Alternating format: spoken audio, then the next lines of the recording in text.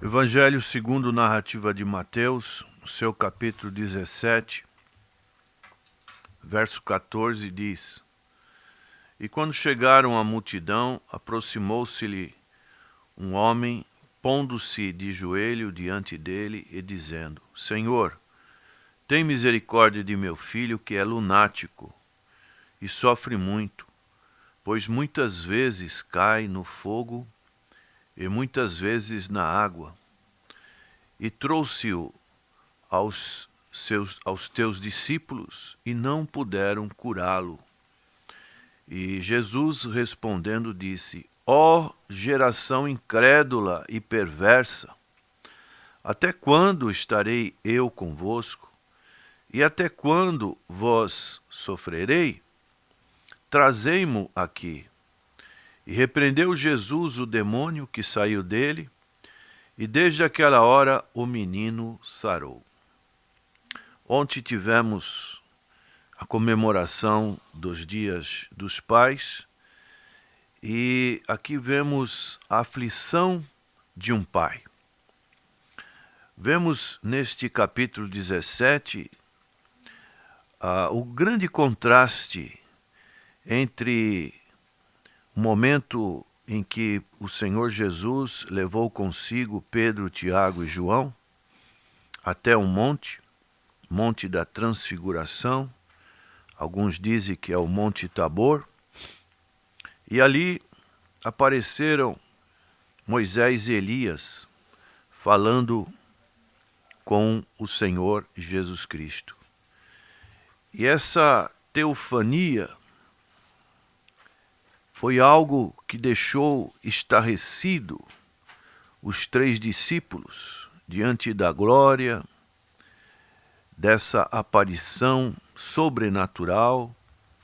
E Pedro, tomando a palavra, disse ao Senhor Jesus: Senhor, bom é estarmos aqui. E ele sugeriu que fosse feito 3 tabernáculos, um para o Senhor Jesus, para Moisés e para Elias.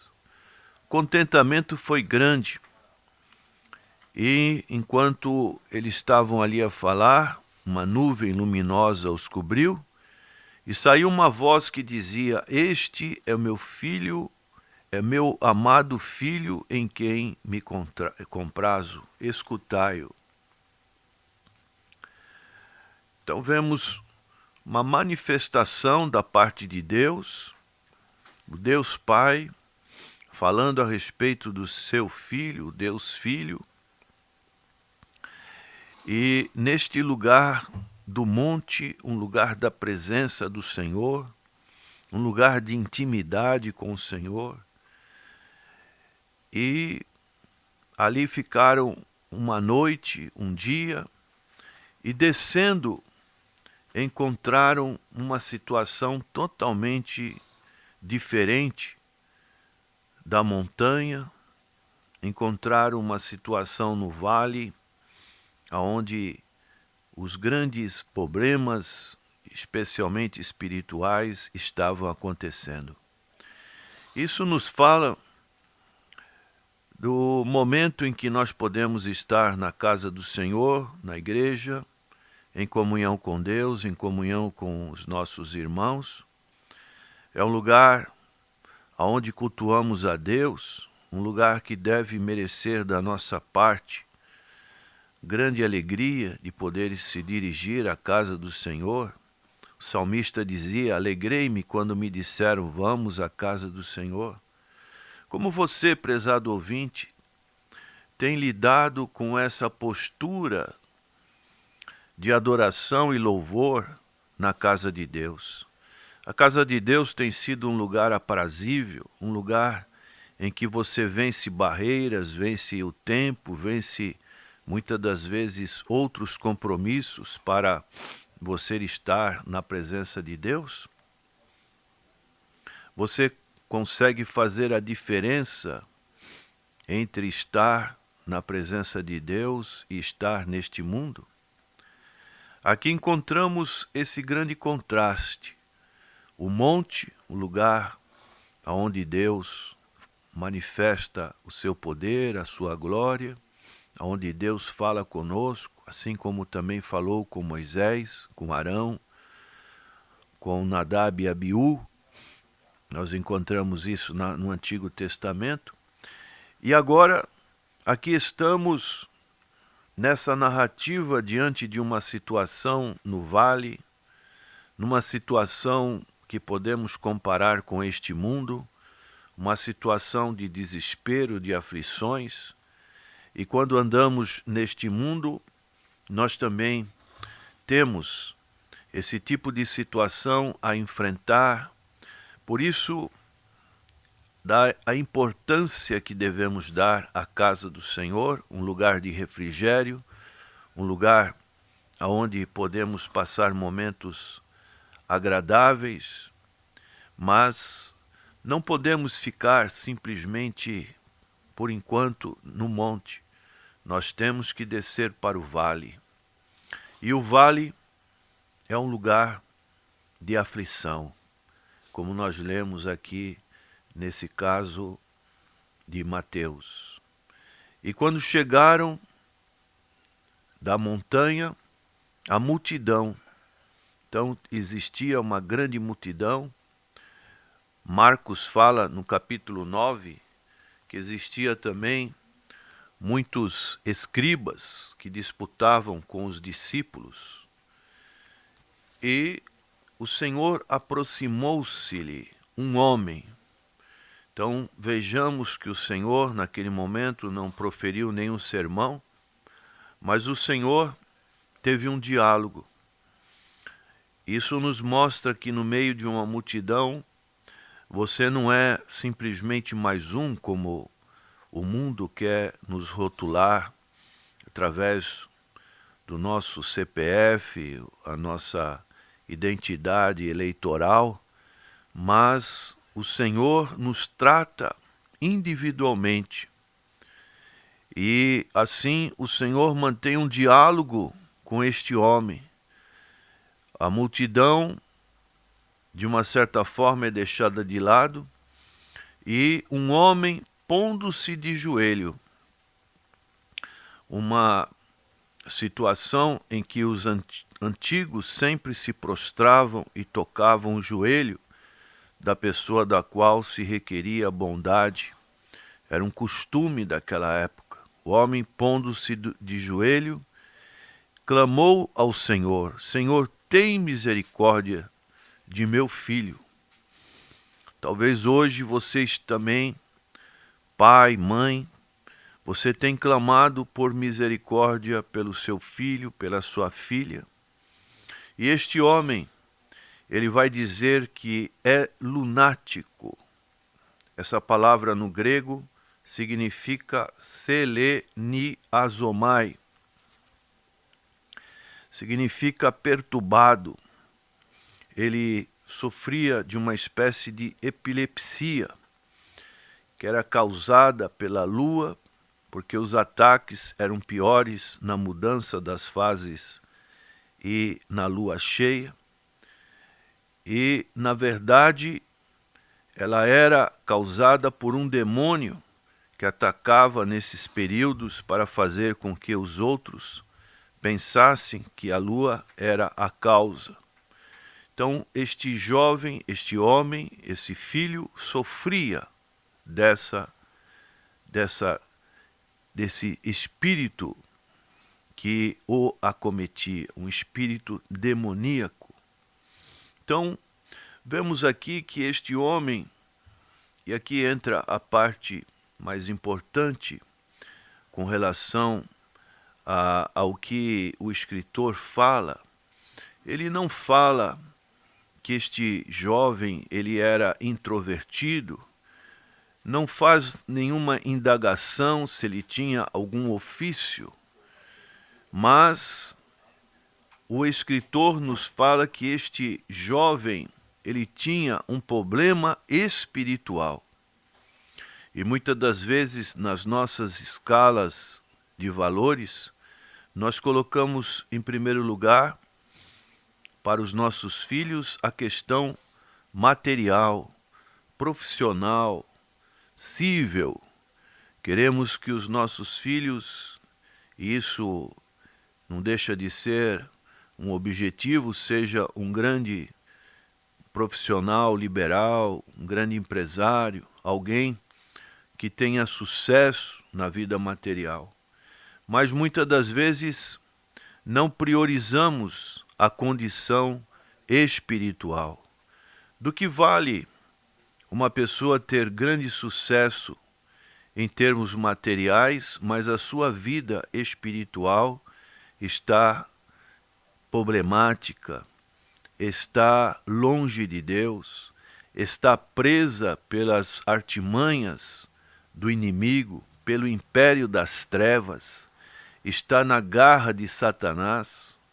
Qual é a validade disso? Então, devemos ver que a prioridade com relação aos nossos filhos é a prioridade espiritual. Será que o meu filho, a minha filha, ela tem essa liberdade em Cristo Jesus? Será que é uma pessoa que está nos caminhos de Deus? Então, nós vemos que esse pai está desesperado. Provavelmente ele já procurou recursos para esta grande aflição em vários meios terrenos, e os próprios discípulos do Senhor Jesus não conseguiram resolver a situação daquele jovem através de expulsar o demônio daquele jovem. E isso era algo que estava se tornando insuportável. Aqui nós vemos que esse jovem sofria muito, e pois muitas vezes cai no fogo e muitas vezes na água. Era uma situação em que a qualquer momento esse demônio podia dar cabo da vida deste jovem. E quantos jovens hoje também estão passando por essa mesma situação? Estão desesperados. Estão, às vezes, até buscando dar cabo de sua vida. E esse pai, então, estava aflito. E nós temos que entender que a maior bênção que nós podemos ter como pais é ver os nossos filhos servindo ao Senhor. Qual a maior herança que um pai pode dar? Será que é a educação? Será que são os seus bens que ele consegue durante o dia? Durante a vida? A maior bênção que nós podemos desejar de Deus para os nossos filhos é saber que os nossos filhos estão no caminho do Senhor. Estamos vendo o progresso espiritual dos nossos filhos. Nós vemos num exemplo disso o patriarca Jó. Apesar de ser um homem extremamente rico, ele sempre se colocava como intercessor dos seus filhos. Por isso, esse entendimento, essa escala de valores é muito importante. E aqui nós vemos a questão da fé. O Senhor Jesus diz: ó geração incrédula e perversa.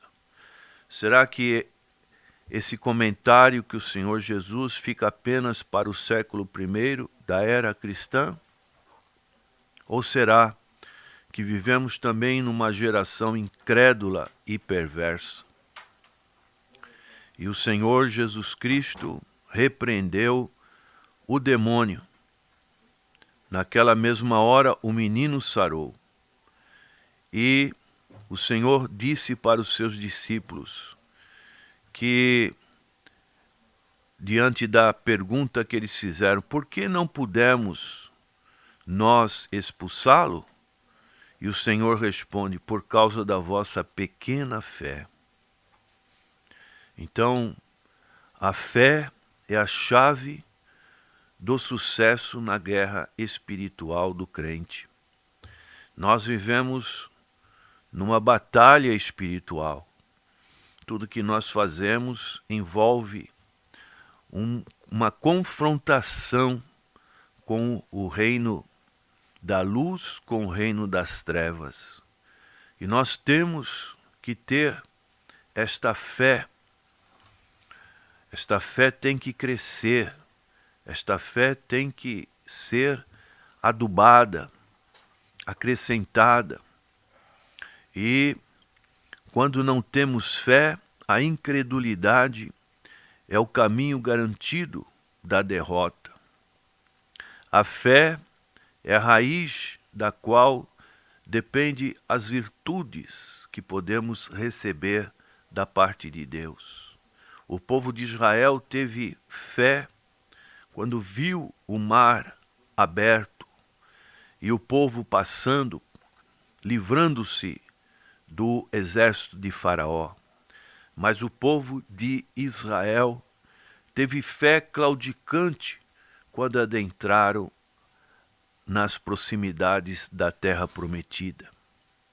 O relato de que existiam gigantes, homens guerreiros, não confiaram nas providências de Deus e assim a sua fé foi uma fé frágil e ficaram 40 anos e aquela geração não adentrou a terra prometida.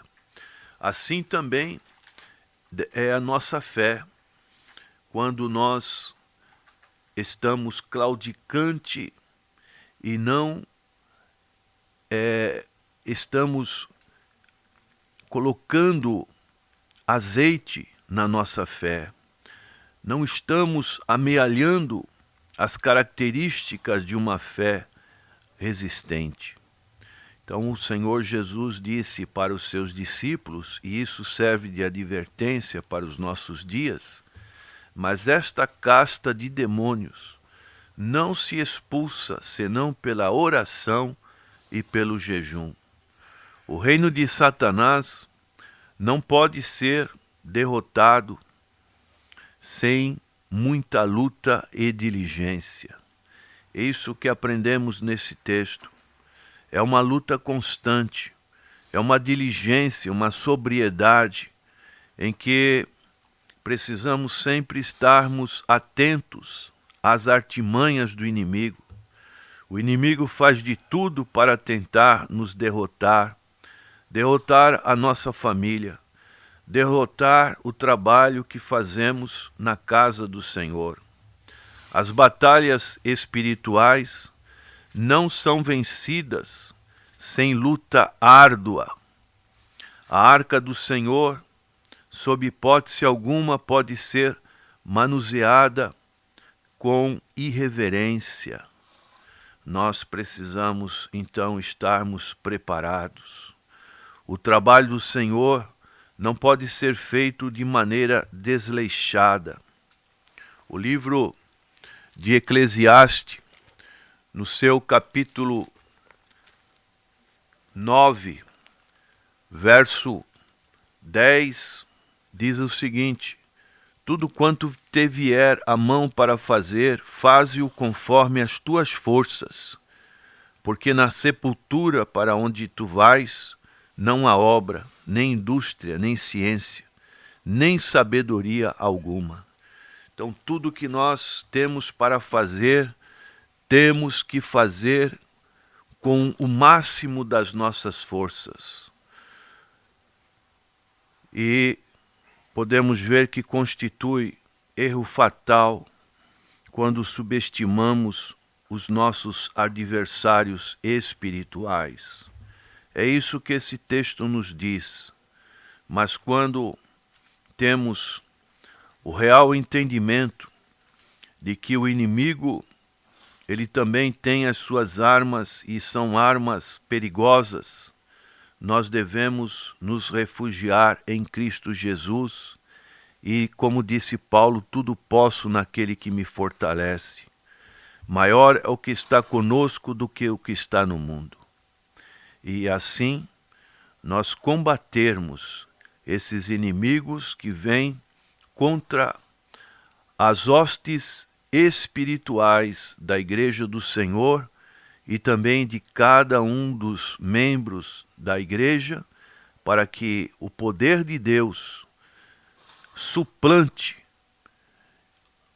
derrote o poder do inimigo. Que Deus possa te abençoar, dando-lhe uma real compreensão de que nós precisamos estar cada vez mais nas mãos de Deus, no monte, numa relação, numa comunhão íntima com Deus, para que quando estejamos no vale, possamos enfrentar todas as situações que aparecem para nós e em Cristo Jesus sermos mais do que vencedores. Amém.